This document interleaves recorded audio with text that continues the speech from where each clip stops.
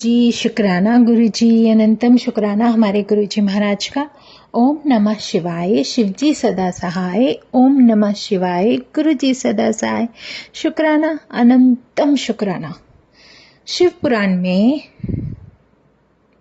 अब तक हमने शिव की मूर्तियों का वर्णन और कैसे वो अर्धनारीश्वर रूप में थे और क्यों अर्धनारीश्वर रूप से वो दो रूपों में आकर संसार की उत्पत्ति में सबसे बड़े भागीदार थे, सबसे बड़े जननी थे सच में।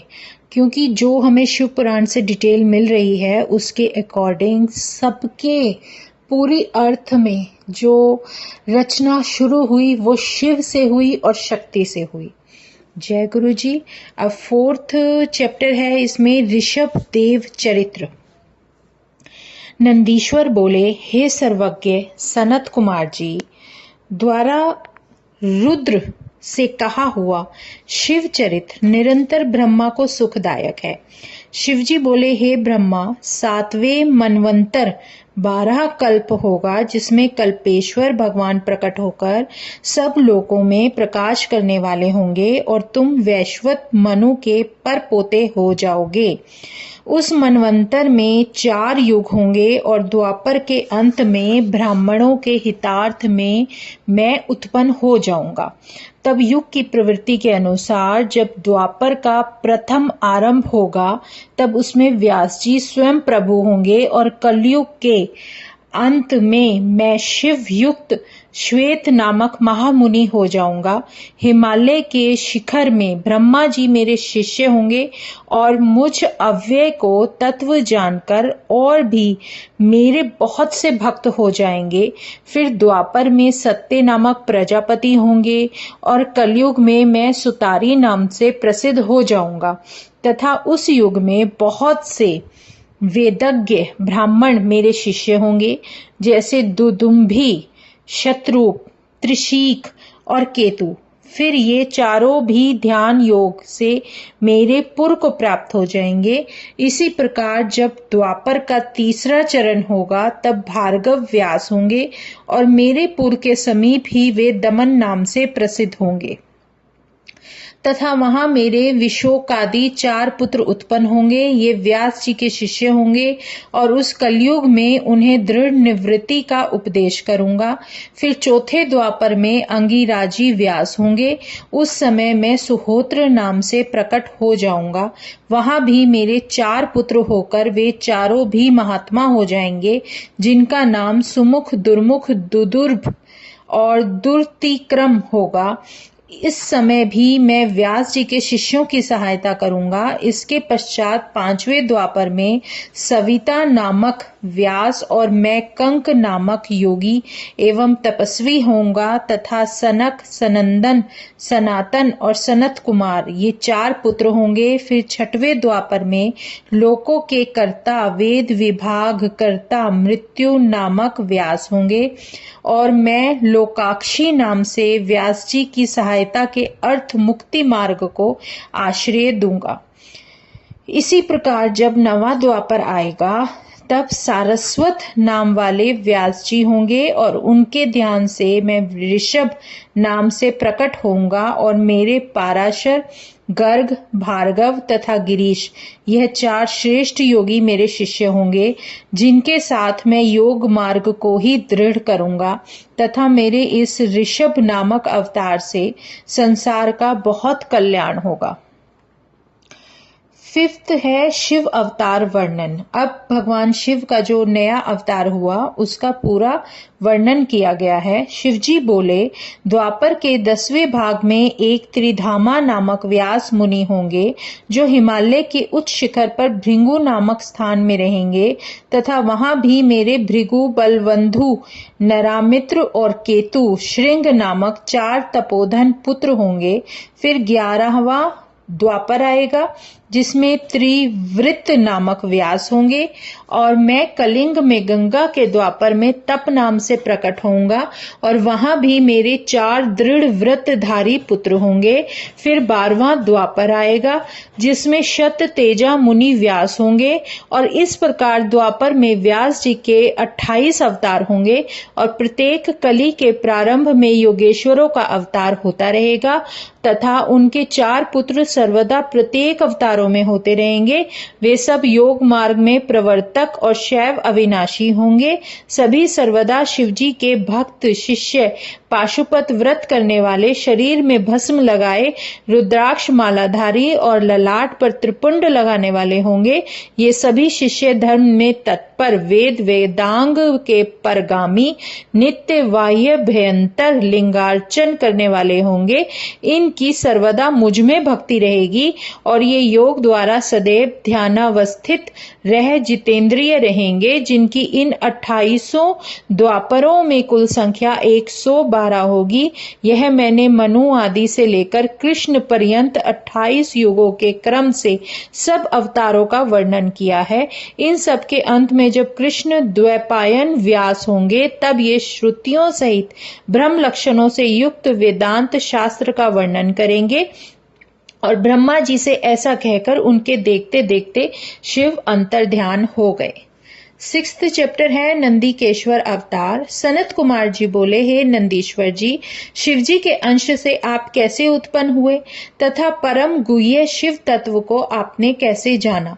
नंदीश्वर बोले, सनत कुमार जी, अब आप सावधान होकर वह सुनिए कि जिस प्रकार मैं शिव जी का अंशज हुआ, एक समय जल पुत्र की कामना से शिलाद ऋषि शिवजी का तप और ध्यान करते हुए शिवलोक को प्राप्त हुए। तब देवताओं के प्रभु इंद्र उनके तप से प्रसन्न हो वर देने के लिए उनके समीप गए और कहा, वर मांगो। इस पर इंद्र को प्रणाम कर अनेक स्तुतियों से उनका आदर करते हुए मुनि शार्दुल शिलाद हाथ जोड़कर बोले कि यदि आप मुझ पर प्रसन्न हैं तो मुझे आयुनिज तथा मृत्युहीन पुत्र दीजिए। इंद्र ने कहा, मृत्युहीन तो कोई भी नहीं होता, हरि ब्रह्मा आदि भी तो मृत्यु वाले ही हैं।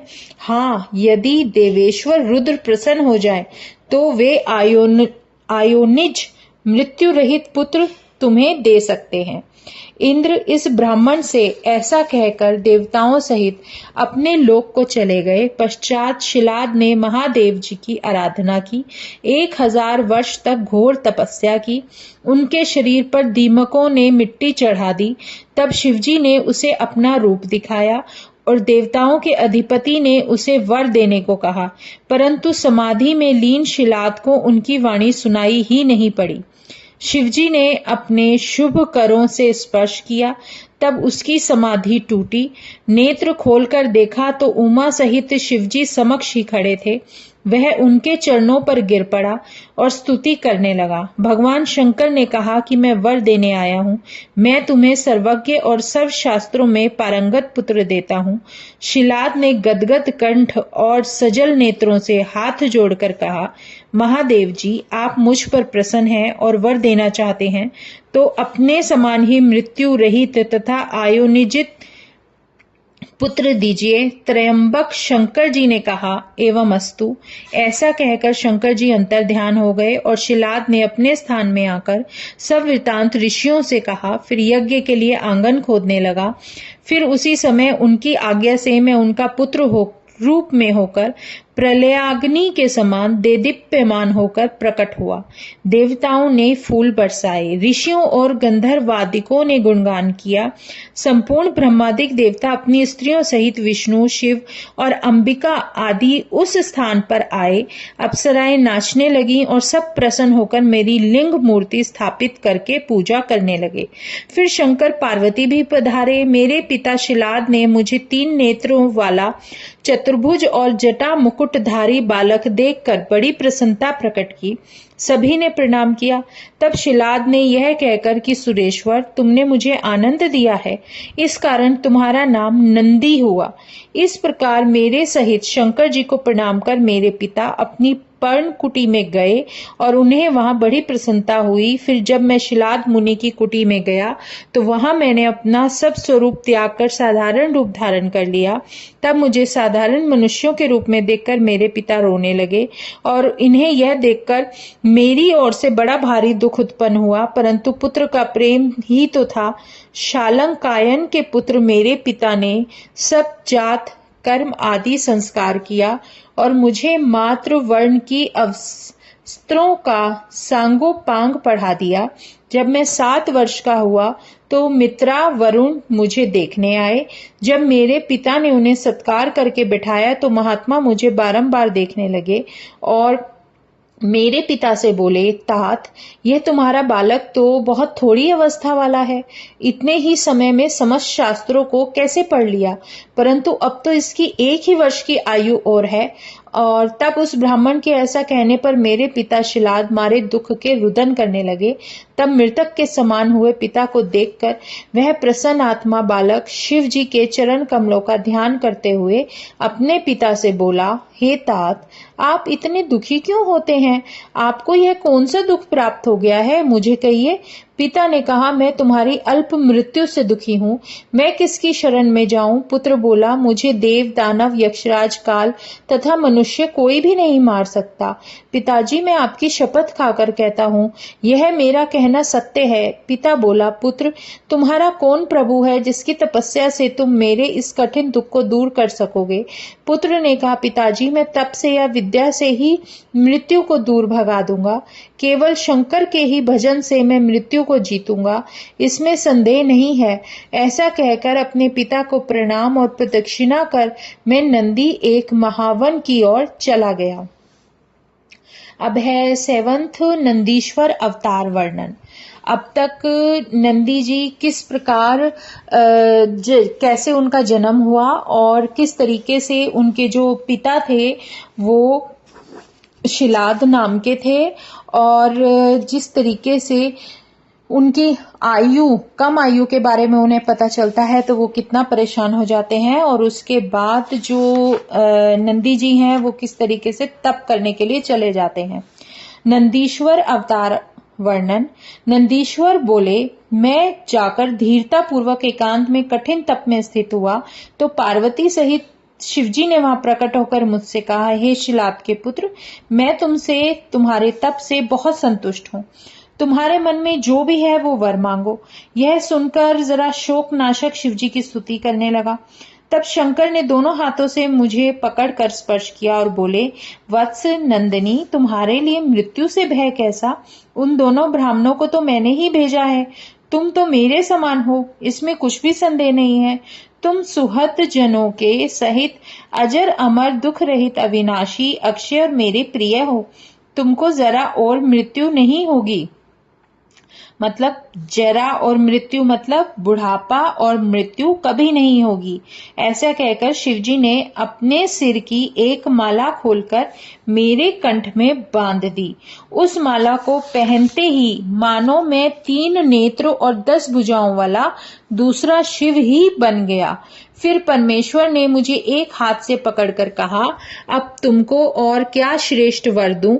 ऐसा कहकर ऋषभ ध्वज ने अपनी जटाओं से हार के समान निर्जल जल ग्रहण कर नंदी हो ऐसा कहकर मेरे ऊपर छिड़क दिया। उससे जटोरक, त्रिस्त्रोता, वृषभ ध्वनि, स्पणिदका और जम्बू यह 5 नदियां बह चली। इस स्थान का पंचनाद नाम पड़ा जो अब तक जप्तेश्वर के समीप वर्तमान है। जो वहां पंचनद पर जाकर जप्तेश्वर शिव की पूजा करता है वह निसंदेह शिव की मुक्ति पाता है। फिर शिवजी ने पार्वती से कहा, अब नंदी को गणेश्वर पर अभिषिक्त करता हूँ, तुम्हारी क्या संपत्ति है? इस पर पार्वती जी ने कहा, कि परमेश्वर इस नंदी को आप मुझे दे दीजिए। नाथ यह शिलाद पुत्र आज से मेरा परम पुत्र हुआ। पश्चात परम स्वतंत्र भक्त वत्सल शिवजी ने अपने समस्त गणों को बुलाकर यह नंदीश्वर मेरा पुत्र है ऐसी घोषणा की और इसे मैंने सब गणों का अधिपति भी बना दिया है। ऐसा ही तुम सब मेरे वचनों का पालन करोगे। आज से यह तुम्हारा सबका स्वामी हुआ। पश्चात सब बांधवों और कुटुंबियों सहित मुझे साथ ले शिवजी देवी सहित बैल पर चढ़कर अपने घर को चले। इस प्रकार नंदी भगवान का जन्म और उनके आशीर्वाद जो उन्हें भगवान शिव से मिले और उन्हें यह भी वरदान मिला कि उन्हें कभी भी वृद्धावस्था, बुढ़ापा और मृत्यु नहीं आएगी और उन्हें शिव के गले की एक माला भी उन्हें प्राप्त हुई जो उन्होंने गले में डाली और उसके बाद उन्हें ऐसा लगा जैसे वो खुद ही 3 नेत्र और 10 भुजाओं वाले दूसरे शिव बन गए हैं। इतनी ताकत उन्हें अपने अंदर महसूस हुई और उसके बाद उनका नाम नंदी नामकरण भी कर दिया गया और इतने सारे वरदान पाने के बाद मां पार्वती ने उन्हें अपना सबसे अच्छा, सबसे प्यारा पुत्र भी बना लिया। तो इस प्रकार नंदी भगवान का पूरा वृत्तांत इसमें बताया गया है। जय गुरु जी, शुक्राना गुरु जी, अनंतम शुक्राना हमारे गुरु जी महाराज का। ओम नमः शिवाय, शिव जी सदा सहाय। ओम नमः शिवाय, गुरु जी सदा सहाय। शुक्राना, अनंतम शुक्राना।